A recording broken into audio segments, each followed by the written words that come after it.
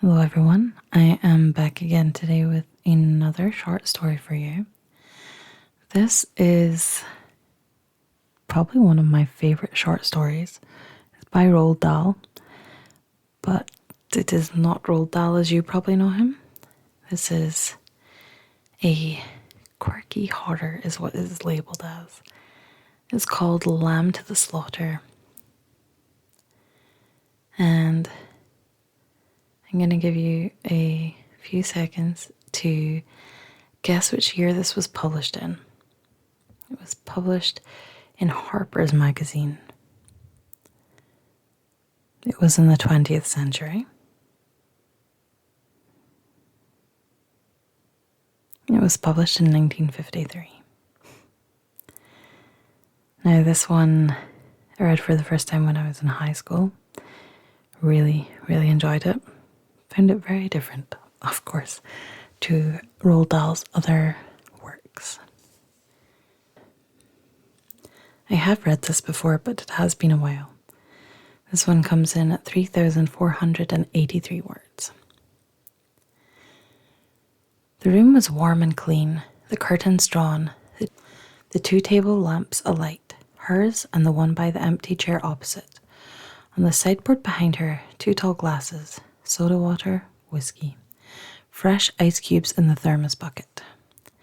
Mary Maloney was waiting for her husband to come home from work.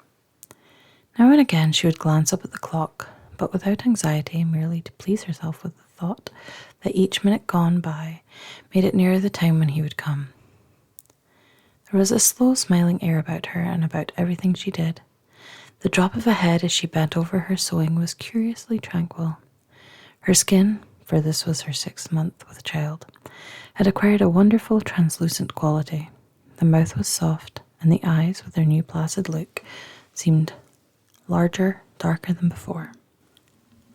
When the clock said 10 minutes to 5, she began to listen, and a few moments later, punctually as always, she heard the tires on the gravel outside, and the car door slamming, the footsteps passing the window, the key turning in the lock. She laid aside her sewing, stood up, and went forward to kiss him as he came in. "Hello, darling," she said. "Hello, darling," he answered. She took his coat and hung it in the closet. Then she walked over and made the drinks, a strongish one for him, a weak one for herself. And soon she was back again in her chair with the sewing, and he in the other opposite, holding the tall glass with both hands, rocking it so the ice cubes tinkled against the side. For her, this was always a blissful time of day. She knew he didn't want to speak much until the first drink was finished, and she, on her side, was content to sit quietly, enjoying his company after long hours alone in the house. She loved to luxuriate in the presence of this man, and to feel, almost as a sunbather feels the sun, that warm male glow that came out of him to her when they were alone together. She loved him for the way he sat loosely in a chair, for the way he came in a door, or moved slowly across the room with long strides. She loved intent, far look in his eyes when they rested in her, the funny shape of the mouth, and especially the way he remained silent about his tiredness, sitting still with himself until the whiskey had taken some of it away. "Tired, darling?" "Yes," he said. "I'm tired." And as he spoke, he did an unusual thing. He lifted his glass and drained it in one swallow, although there was still half of it, at least half of it left. She wasn't really watching him, but she knew what he had done because she heard the ice cubes falling back against the bottom of the empty glass when he lowered his arm. He paused a moment, leaning forward in the chair. Then he got up and went slowly over to fetch himself another. "I'll get it," she cried, jumping up. "Sit down," he said. When he came back, she noticed that the new drink was dark amber with a quantity of whiskey in it. "Darling, shall I get your slippers?" "No." She watched him as he began to sip the dark yellow drink, and she could see little oily swirls in the liquid because it was so strong. "I think it's a shame," she said, "that when a policeman gets to be as senior as you, they keep him walking about on his feet all day long." He didn't answer, so she bent her head again and went on with her sewing, but each time he lifted the drink to his lips, she heard the ice cubes clinking against the side of the glass. "Darling," she said, Would you like me to get you some cheese? I haven't made any supper because it's Thursday. No, he said. If you're too tired to eat out, she went on, it's still not too late. There's plenty of meat and stuff in the freezer, and you can have it right here and not even move out of the chair. Her eyes waited on him for an answer, a smile, a little nod, but he made no sign. Anyway, she went on, I'll get you some cheese and crackers first. I don't want it, he said. She moved uneasily in her chair, the large eyes still watching his face. But you must eat, I'll fix it anyway, and then you can have it or not as you like. She stood up and placed her sewing on the table by the lamp. Sit down, he said. Just for a minute, sit down. It wasn't till then that she began to get frightened. Go on, he said. Sit down. She lowered herself back slowly into the chair, watching him all the time with those large, bewildered eyes. He had finished the second drink and was staring down into the glass, frowning. Listen, he said. I've got something to tell you. What is it, darling? What's the matter? He had now become absolutely motionless, and he kept his head down so that the light from the lamp beside him fell across the upper part of his face, leaving the chin and mouth in shadow. She noticed there was a little muscle moving near the corner of his left eye. This is going to be a bit of a shock to you, I'm afraid, he said. But I've thought about it a good deal, and I've decided the only thing to do is tell you right away.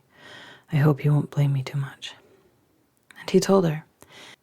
It didn't take long, 4 or 5 minutes at most, and she sat very still through it all, watching him with a kind of dazed horror as he went further and further away from her with each word. So there it is, he added. And I know it's kind of a bad time to be telling you, but there simply wasn't any other way. Of course, I'll give you money and see you're looked after, but there needn't really be any fuss. I hope not, anyway. It wouldn't be very good for my job. Her first instinct was not to believe any of it, to reject it all. It occurred to her that perhaps he hadn't even spoken, that she herself had imagined the whole thing.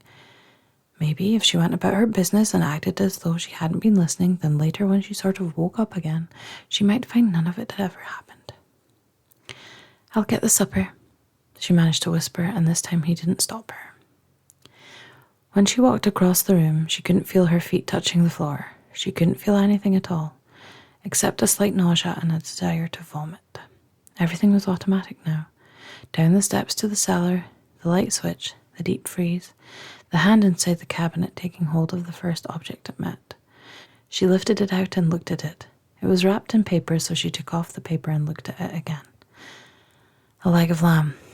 All right then, they would have lamb for supper.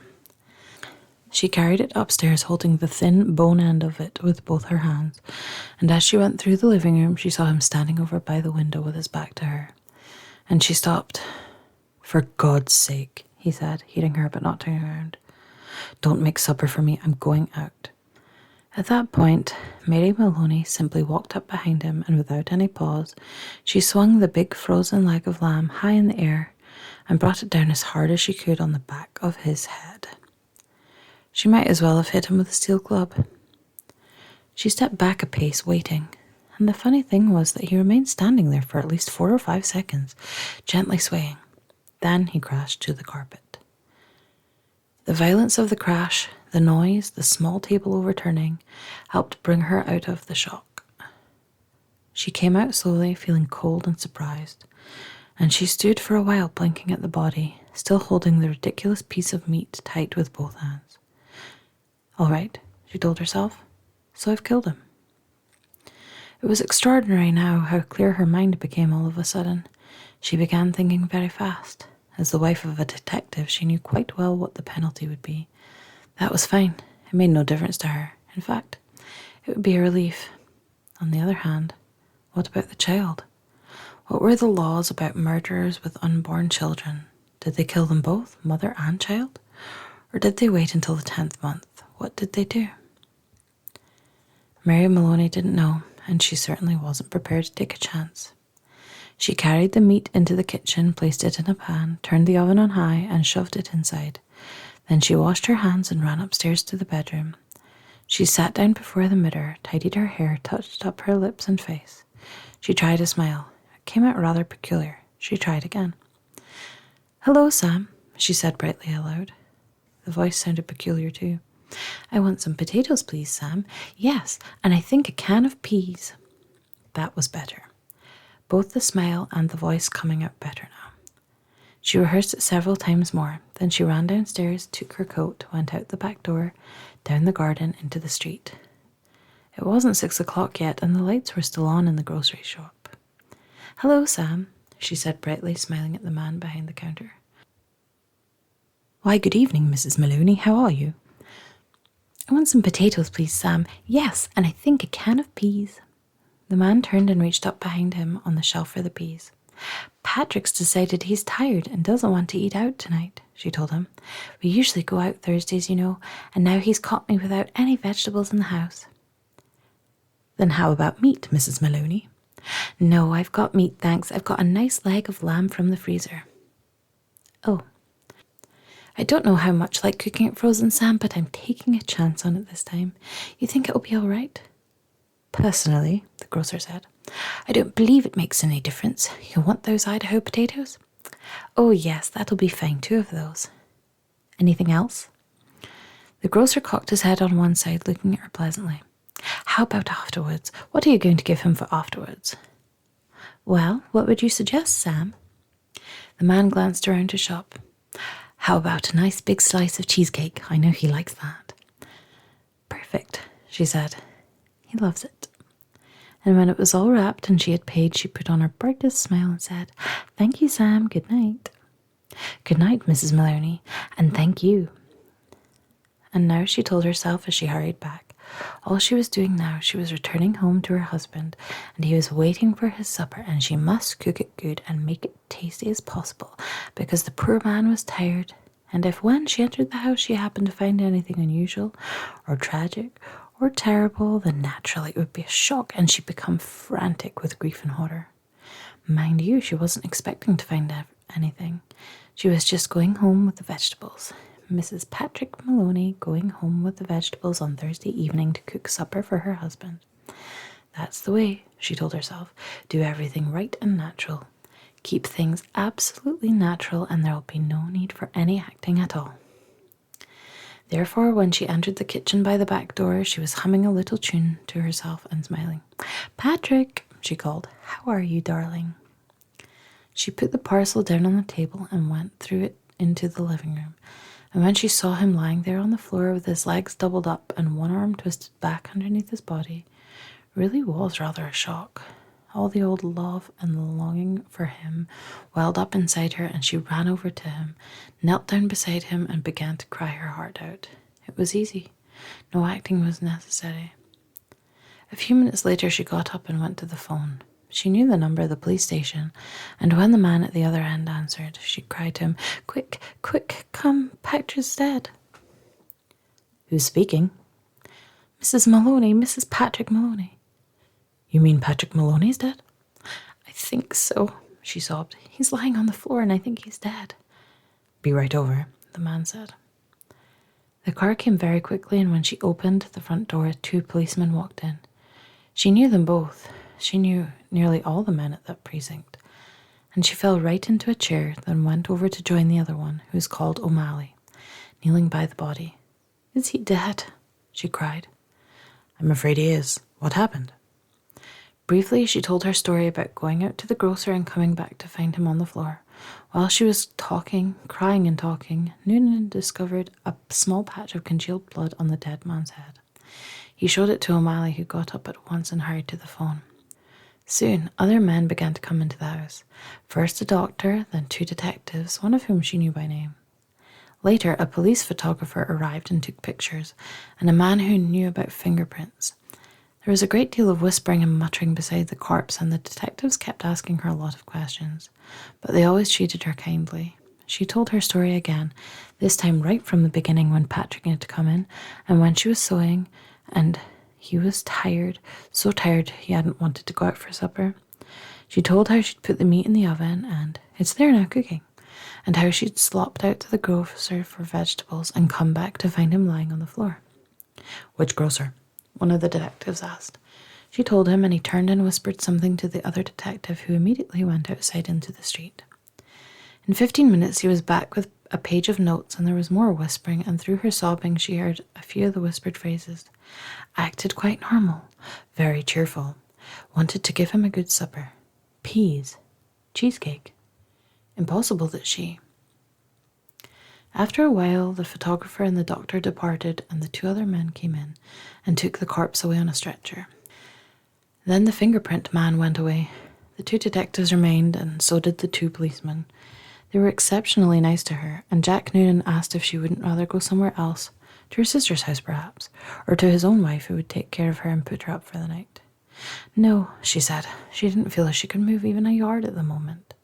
Would they mind awfully if she just stayed where she was until she felt better? She didn't feel too good at the moment, she really didn't. Then hadn't she better lie down on the bed? Jack Noonan asked. No, she said. She'd like to stay right here where she was, in this chair. A little later, perhaps, when she felt better, she would move. So they left her there while they went about their business, searching the house. Occasionally, one of the detectives asked her another question. Sometimes Jack Noonan spoke at her gently as he passed by. Her husband, he told her, had been killed by a blow on the back of the head administered with a heavy blunt instrument, almost certainly a large piece of metal. They were looking for the weapon. The murderer may have taken it with him, but on the other hand he may have thrown it away or hidden it somewhere on the premises. It's the old story, he said. Get the weapon and you've got the man. Later, one of the detectives came up and sat beside her. Did she know, he asked, of anything in the house that could have been used as a weapon? Would she mind having a look around to see if anything was missing? A very big spanner, for example, or a heavy metal vase. They didn't have any heavy metal vases, she said. Or a big spanner. She didn't think they had a big spanner, but there might be some things like that in the garage. The search went on. She knew that there were other policemen in the garden all around the house. She could hear their footsteps on the gravel outside, and sometimes she saw a flash of a torch through a chink in the curtains. It began to get late, nearly 9, she noticed by the clock on the mantel. The 4 men searching the rooms seemed to be growing weary, a trifle exasperated. Jack, she said the next time Sergeant Noonan went by, would you mind giving me a drink? Sure, I'll give you a drink. You mean this whiskey? Yes, please, but just a small one. It might make me feel better. He handed her the glass. Why don't you have one yourself? She said. You must be awfully tired. Please do. You've been very good to me. Well, he answered, it's not strictly allowed, but I might just take a drop to keep me going. One by one the others came in and were persuaded to take a little nip of whiskey. They stood around rather awkwardly with the drinks in their hands, uncomfortable in her presence, trying to say consoling things to her. Sergeant Noonan wandered into the kitchen, came out quickly and said, Look, Mrs. Maloney, you know that oven of yours is still on and the meat is still inside. Oh, dear me, she cried. So it is. I better turn it off for you, hadn't I? Will you do that, Jack? Thank you so much. When the sergeant returned the second time, she looked at him with her large, dark, tearful eyes. Jack Noonan, she said. Yes. Would you do me a small favour, you and these others? We can try, Mrs. Maloney. Well, she said, here you all are, and good friends of dear Patrick's too, and helping to catch the man who killed him. You must be terribly hungry by now, because it's long past your supper time, and I know Patrick would never forgive me, God bless his soul, if I allowed you to remain in his house without offering you decent hospitality. Why don't you eat up that lamb that's in the oven? It'll be cooked just right by now. Wouldn't dream of it, Sergeant Noonan said. Please, she begged, please eat it. Personally, I couldn't touch a thing, certainly not what's been in the house when he was here, but it's all right for you. It'd be a favour to me if you'd eat it up. Then you could go on with your work again afterwards. There was a good deal of hesitating among the 4 policemen, but they were clearly hungry, and in the end they were persuaded to go into the kitchen and help themselves. The woman stayed where she was, listening to them speaking among themselves, their voices thick and sloppy because their mouths were full of meat. Have some more, Charlie? No, better not finish it. She wants us to finish it. She said so. Be doing her a favour. Okay then, give me some more. That's the hell of a big club the guy must have used to hit poor Patrick, one of them was saying. The doc says his skull was smashed all to pieces, just like from a sledgehammer. That's why it ought to be easy to find. Exactly what I say. Whoever done it, they're not going to be carrying a thing like that around with them longer than they need. One of them belched. Personally, I think it's right here on the premises. Probably right under our very noses. What do you think, Jack? And in the other room, Mary Maloney began to giggle.